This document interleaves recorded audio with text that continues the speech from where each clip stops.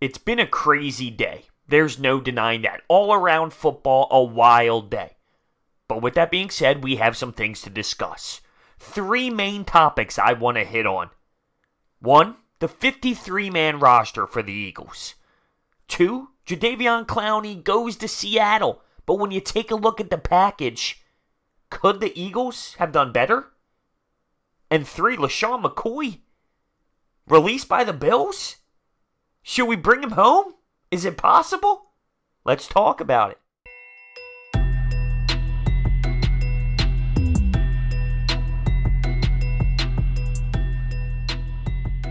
What is going on, everyone? Football is back, college football all day long. It's so exciting to see so many games. Bang ESPN, bang ABC, bang Fox Sports, flipping all over the place. 3 TVs. Oh, there's nothing better. Well, there's something better. A free $20. You can get $20 off of your SeatGeek purchase using the promo code BROADS. Let's talk about it. Let's talk about the 53-man roster first. For the Eagles, of course. Nothing that crazy, to be honest with you.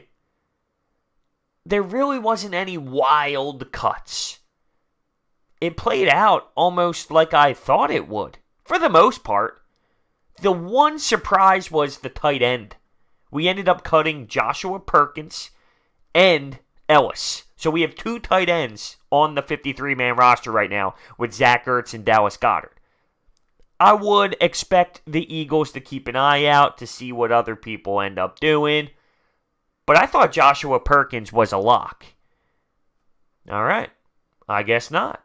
That was the biggest surprise of them all. And realistically, it's not even that much of a surprise. Keep in mind, you still have Rodgers, but he was placed on the injured reserve. So he is done for the season with the injury. So I can't really count him. Mac Hollins made it over Ward.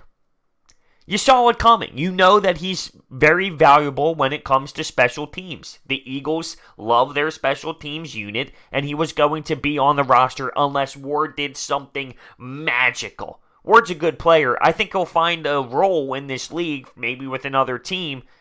But with this team, you need to realize there weren't that many holes that needed to be filled.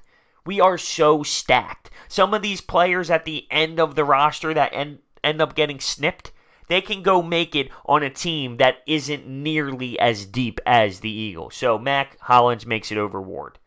Wiz gets cut. Everything you heard throughout training camp and the preseason, he was having a terrible camp. He couldn't snap the ball right. I don't know what happened to him. Now, there are rumors that we can bring him back a couple weeks into the season and you won't have to guarantee some of his money, so that is something that's possible. Keep that in mind moving forward. It is possible, but we do cut Wiz, and he had a poor performance so far through the summer, so it's no shock.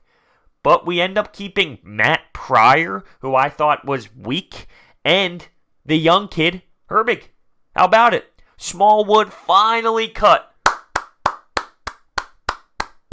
Same with Josh Adams, but more importantly, Smallwood's time is up here in Philly. He was hanging on by a thread year after year, and it was finally time to snip him as we go with 4 running backs: Miles Sanders, Jordan Howard, Corey Clement, and Darren Sproles. Rudy Ford makes it at safety. That was someone we picked up with a late trade there in training camp. Another special teams guy. Really valuing that position. He makes it as a safety. Very valuable when it comes to special teams. Can bring the energy. So Howie Roseman and Doug Peterson clearly likes that out of him. You cut Clayton Thorson. What a waste of a draft pick. And Howie stated afterwards, after the 53-man roster came out, he's not going to keep someone just because they drafted them at a certain position. I respect that, but that doesn't mean you didn't fail, because Pumphrey failed, and now Clayton Thorson was atrocious.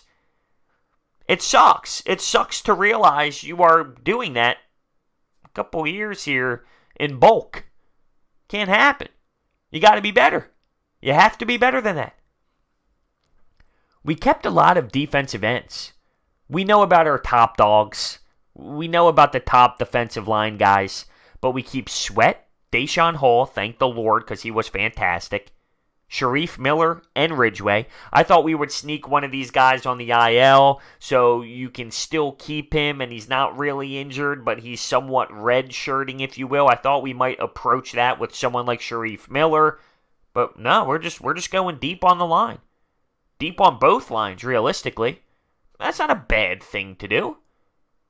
I talked about the offensive line. You kept Matt Pryor. You kept the young center.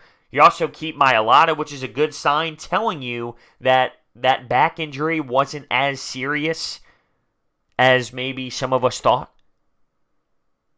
At the end of the day, you take a look at the 53-man and say, okay, all right, let's go. Let's get it going. When's that Washington game? I don't know why I'm asking. I think we all know it's Sunday. Sunday at 1 o'clock. Oh, I can't wait. But as for the 53-man, okay. All right. The only thing that was a little odd, in my opinion, was the tight end situation. And I believe they're going to address that moving forward. Other than that, pretty much played out to how I thought it would.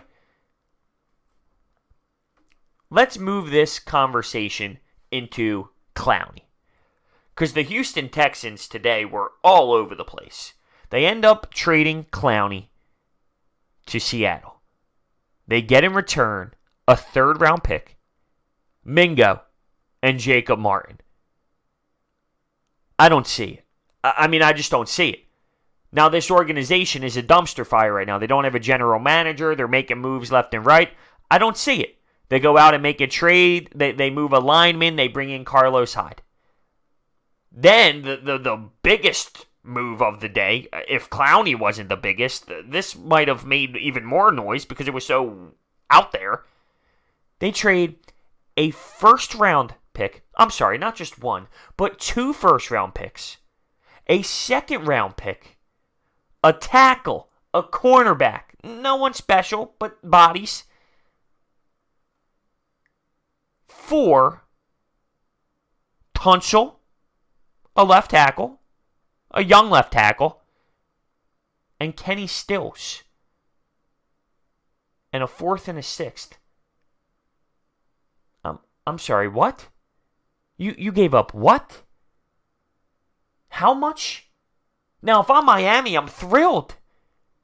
Because they can use these first rounders and package things up and move up in the draft board if they want, or they can keep the first round picks and pick. I don't know what the hell Houston is thinking. They gave up way too much, and that's what happens when there's no structure involved with an organization. But it's not so much about Houston.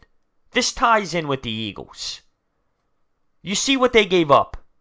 Or what they received. What they received for Jadeveon Clowney. Could we have done better? Would you have liked Howie Roseman to be aggressive? Now, I like Jadeveon Clowney. I would want him on the Eagles. But I'm not going to cry about Howie not making the move. I think it's fine staying where we were. I think we're in a good position if we stay where we are now, or if we would have went out and got Jadeveon Clowney and traded someone like Nelson Aguilar or Big V. We'd still be in a good position no matter which route we went. I'm not going to be upset with Howie Roseman for not attacking Jadeveon Clowney. It is what it is. He's a good player. I think he will help this defensive line. I think he would be a stud. But we can still be very successful without him. I'm cool with it. I'm cool with staying put. I'm cool with staying where we are. I trust this organization. I trust Doug Peterson. I trust the process it has taken this team and the ride that this team has been on from early training camp to where we are now with Doug Peterson. Everyone's on the same page. Everyone's rolling. That's why with me, let's keep it that way then. And that ties into my next point. Shady McCoy. Now, he gets cut by Buffalo. I would love to bring him back here. I really would. Would we keep 5 running backs, though? I don't know if we really would. Is he more valuable than Darren Sproles?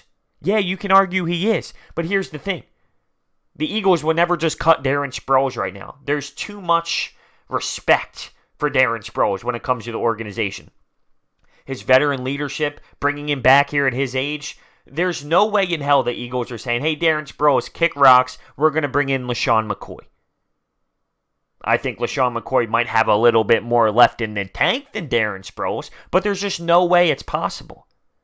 So I don't see the Eagles going that route. I would love to see it. Are you kidding me? Are you going to tell me that Deshaun Jackson and LeSean McCoy are going to be back in Philadelphia with this tenure of Doug Peterson and this type of squad? That would be electric. The Philadelphia fans would go crazy. Lincoln Financial Field would be nuts, and it's already nuts. It would take it to the next level. I just don't see it being real. Although there are reports that there are 4 teams involved, and the Eagles are one of them. I believe the Patriots are one of them as well. There's too many other options, in my opinion, where there's backs that are truly needed. Our running back room is so packed. It's so filled. I can't imagine the Eagles going out and making this happen. But Howie Roseman is Howie Roseman. I want to know your thoughts on all these topics. On the 53-man roster, on Jadeveon Clowney, what Houston gave up, what they did with Miami, whatever the hell that mess is with the Houston Texans. I want to know your thoughts. Would you have made a trade for Jadeveon Clowney after seeing what the Seattle Seahawks gave up? And do you want LeSean McCoy? Are you interested in Shady? Sneaking up on us. Let me know your thoughts. I'll see you guys next time.